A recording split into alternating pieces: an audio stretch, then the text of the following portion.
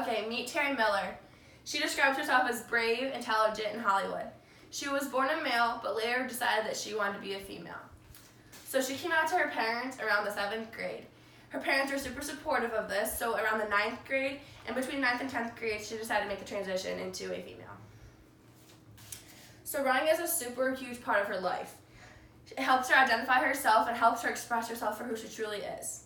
So Maya Albel of DISAT said that Terry told her personally, "It's the feeling of the wind. The wind blows through your hair while I'm running, and I love it.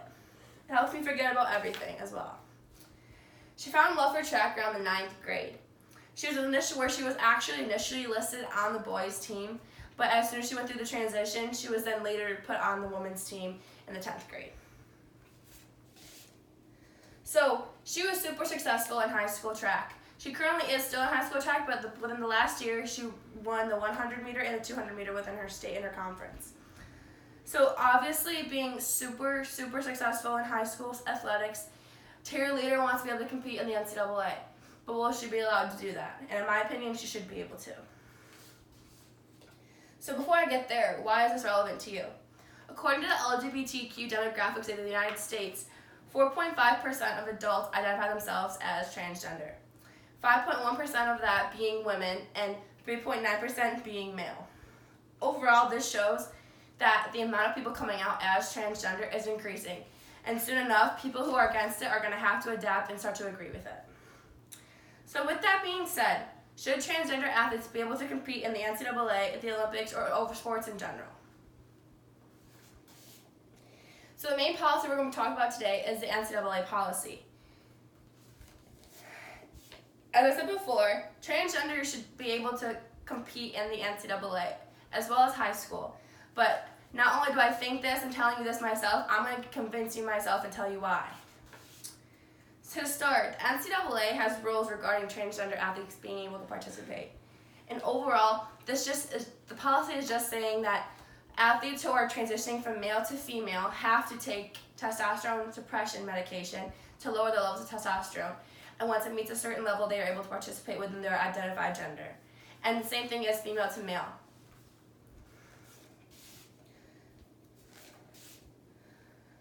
So if a female student athlete is being treated with testosterone suppression medications, it can be for gender dysmorphia, identity disorder, or even just a transsexualization. So overall, the first problem I'm going to talk about with you today is the knowledge that people have for transgender people, athletes, and just anything in general. So the first problem is that people are really quick to make assumptions onto why people actually go through the transition to become a transgender male or female. So here's a story I'm going to tell you that refers to the situation.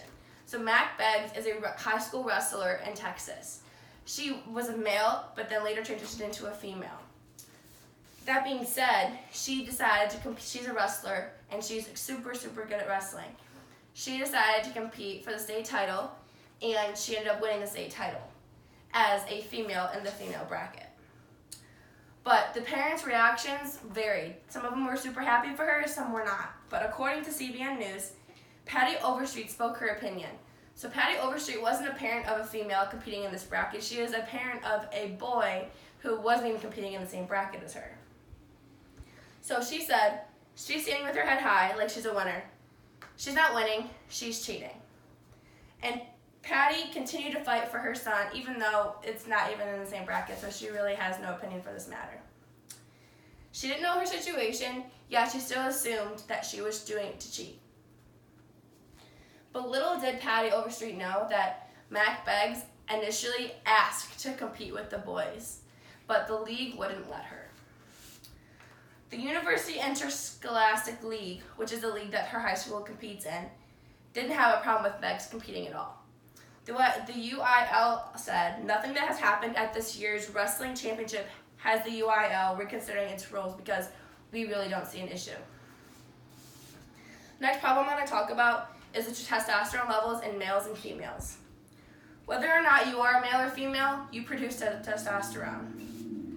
But according to News Today, the normal testosterone levels in a male compared to a female, so the males produce 280 to 1,100 nanograms per decimeter, and females produce 15 to 70 nanograms per decimeter of testosterone. But this has also become a recent issue in the 2016 Olympics.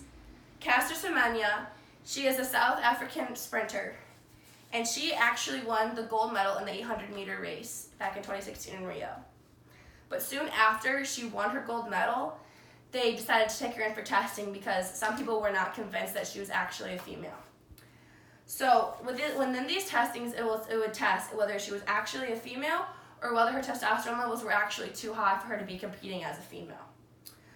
So the conclusion of the test was that she was actually, in fact, a female, which she identified as, but her testosterone levels were just crazy off the charts. But with that being said, they would not let her compete because of her testosterone levels. So what are causing all these problems? Why are people having an issue with it? And what can we do to fix it? So one cause is that people aren't aware of transgender people. They tend to avoid conflict. So when they see something new come up, they avoid it and think that they don't deserve the same rights as we do. People only care about normal things. It's that they see something out of the ordinary and they don't want things to change. And my question to you is, how would you feel if it was you? How would you feel if it was your son or daughter who decided to transition? Would you support them or would you not? Or how would you feel if you were Caster Semenya? What would you do? They took the sport away that you worked so hard for. I think it's unfair for us to take things away from them, even though they work just as hard as us. So my second cause is that more people each and every day are coming out as transgender. And people are going to need to start adapting to this, because the more people come out as transgender, the more issues are going to be conflicting if we don't just agree and adapt to the change. So I have two solutions for you.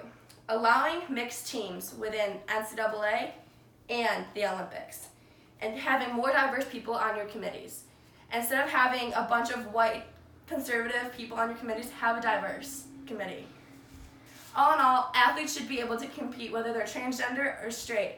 And eventually, we're going to all have to adapt, and our knowledge will just gain more if we adapt to these changes. Thank you. Hey, you did it.